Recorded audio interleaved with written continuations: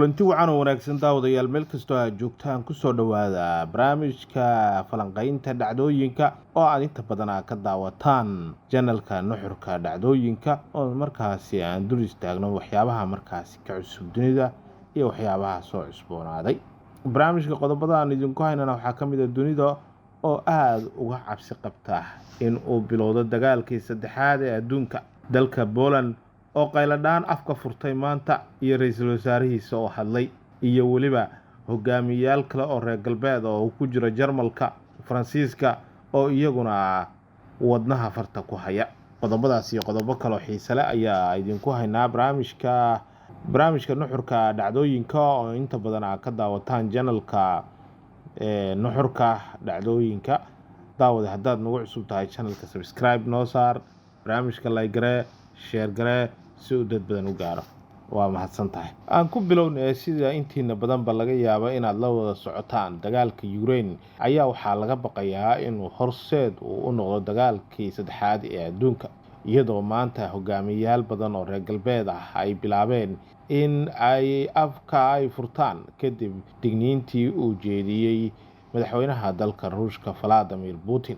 madaxda maanta afka furatay ayaa waxaa ka mid ah ra'iisul wasaaraha dalka Poland oo daris la ah dalkaasi Ukraine, wuxuuna sheegay in dalka Poland uu noqon doono dalkii ugu horeeyay oo dagaalka saddexaad ee adduunka uu ka bilaabmo, horeyna uu uga bilaabmay dagaalkii labaad ee adduunka.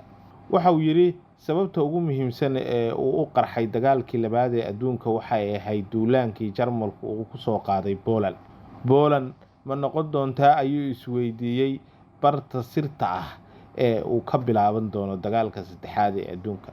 ogsoonaada in maalmihii ugu dambeeyay magaca Poland uu bilaabay in la sheego oo wax badan warbaahinta iyo wadamada reer galbeedka iyo waliba Ruushka iyo dalal kaleba ay sheegayeen markii uu hawada Poland uu soo galay gantaal kamida gantaaladii Ruushka uu ku duqeynayay mid kamida magaalooyinka ku yaala dalka Ukraine.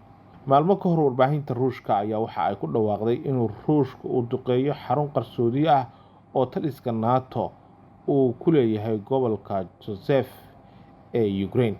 halkaasi waxaa ku dhintay saraakiil ka tirsan NATO oo waliba ay ka mid yihiin saraakiil u dhashay dalka Poland ayaa markaasi waxa ay soo shaacisay ama ay ku dhawaaqday geerida si lama filaan generaal sare oo ka tirsan ciidamada Poland, halka warbaahinta Ruushku ay sheegeen inuu ku dhintay duqeyntii Ruushka. arrintu halkaas kuma aysan ekaan. Ruushku waxa uu bilaabay inuu ballaariyo weeraradiisa ku aadan dhinaca Ukraine, waxaana markii ugu horeysay uu duqeymaha dhinaca Ruushku uu gaarsiiyey magaalada Lviv oo u dhow xuduudda Poland. wasiirka arrimaha dibadda ee Poland ayaa dabadeed la hadlay warbaahinta isagoo oo leh wadamada NATO waa ay fiirsanayaan ikhtiyaarka ah in ay soo ridaan gantaalaha Ruushka ee ku duulaya meel u dhow xuduudaha wadamada NATO. hadalkan oo tixraaciisu yahay duqeyntii Ruushku ee ka dhacday Lviv oo u dhow dhulka Poland. taas macnaheedu waxay tahay NATO maadaama saldhigyo ay ku leedahay Poland waa ay soo ridi karaan gantaalaha Ruushka ee hawadayada soo galay. weerarkaasi kadib Poland waxa ay ku dhawaaqday dhacdo ah in ay khatar badan ay ku soo dhawaatay dhulkeeda tan iyo bilowgii dagaalka Ukraine, maadaama gantaal Ruusha uu gudaha u soo galay ilbaqsiyo gudaha dalkaasi Poland kadibna loo leexiyay jihadii Lviv oo ka tirsan dalka Ukraine ee ay dariska yihiin.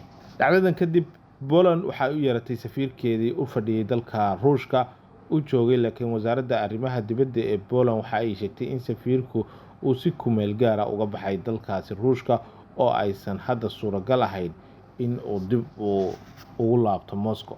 intaasi waxaa ku xigtay in Putin uu shalay u jeediyay hadal ku aadan qorshaha Ruushka haddii diyaaradaha F-16 la geeyo dalka Ukraine, in taasi ay ka dhigan tahay in uu bilaabmay dagaalkii saddexaad ee adduunka laysuna adeegsan doono hubka nuclearka.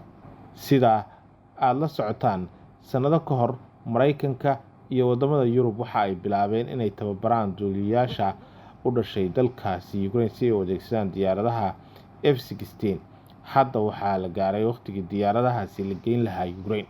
Mar kale Poland waxa ay isku aragtaa in ay tahay barta uu ka bilaabanayo dagaalka saddexaad ee adduunka, sababtoo ah si loo geeyo diyaaradahan Ukraine waxay u baahan yihiin in la sii marsiiyo waddan daris ah, dalka kaliya ee noqday halka saadka iyo sahayda iyo rasaasta iyo hubka loo mariyo Ukraine waxa ay noqotay Poland, waana halka loo arko dariiqa taageerada saadka ee wadamada Yurub ay isticmaalayaan tan iyo bilowgii dagaalka.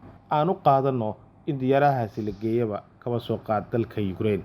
Dad badani waxay isweydiinayaan sidee ayay Ukraine u isticmaali doontaa, maadaama garoomadii iyo madaaradii diyaaradaha la duqeeyay oo ay u baahan yihiin diyaaradaha F-16 dhabe ay ku ordaan oo ay ka duulaan si ay u soo duqeeyaan bartilmaameedyadooda kadibna fariismahooda ay dib ugu soo laabtaan. Sidaad ogtihiin, Ruushku waxa uu duqeeyay saldhigyada Ukraine, mana jiro garoon la isticmaali karo. Sidaas darteed, sidee bay diyaaradaha F-16 ugu duuli doonaan gudaha dalka Ukraine iyagoo aan haysan dhabaha diyaaradaha? Marka aad bay u adag tahay ayay leeyihiin dadka wax falaqeeya in diyaaradahaasi ay ku duuli doonaan dhabaha diyaaradaha ee dalka Ukraine.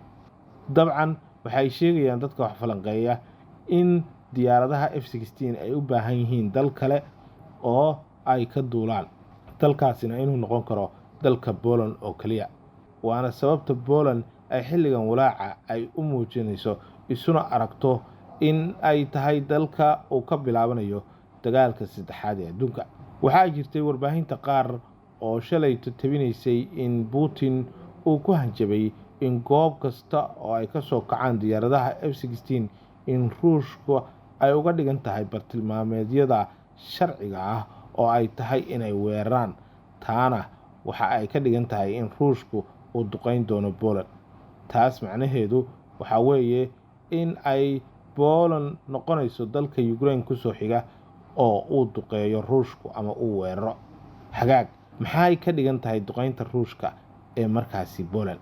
Poland waxa ay ka tirsan tahay ururka NATO, taasina waxa ay ka dhigan tahay in NATO ay howlgeliso qodobka 5 oo dhigaya in weerar kasta oo lagu qaado dal ka tirsan isbahaysiga la magac baxay NATO, haddii la weeraro in dhammaan dalalka xubnaha ka ah NATO ay dagaalka wada galayaan. Haddaba qodobka 5 haddii la howlgeliyo wadamada xubnaha ka ah waa in ay u jawaabaan oo ay duqeeyaan Ruushka. Saas ayay noqonaysaa.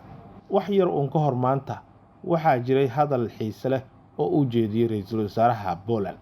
Hadalkaasi oo qayb ka ahaa wareysi ugu horeeyay ee uu bixiyo tan iyo markii uu xilka qabtay, waxa uu ku sheegay, waxaan ku jirnaa xilligii ugu khatarta badnaa tan iyo dhammaadkii dagaalkii labaad ee adduunka. Dagaalka saddexaad ee adduunka hadda ma aha wax la soo dhaafay, laakiin waxa uu noqday mid dhabaha laga yaabo in uu ku soo jiro. Ma doonayo inaan dad badan aan cabsi geliyo, laakiin xaqiiqada ayaa sidaas ah. Ma doonayo in aan qof cabsi geliyo, laakiin 2 sano ee soo socota ayaa go'aamin doona wax walba. Sidaasi waxaa yiri ra'iisul wasaaraha dalka Poland oo wareysi uu bixiyay maanta arrintaas ku sheegay. Haddaba daawade, adiga maxay kula tahay? Ma la joogaa xilligii uu bilaaban lahaa dagaalka saddexaad ee adduunka? Ma muuqataa saansaan ah dagaalka saddexaad ee adduunka inuu bilaaban karo ama dhici karo? Wixii aragtidaada ah iyo fikirkaaga commentiga noogu reeb. Barnaamijka like gare, share gare, channelkan subscribe noo saar. Aad baad u mahadsantihiin.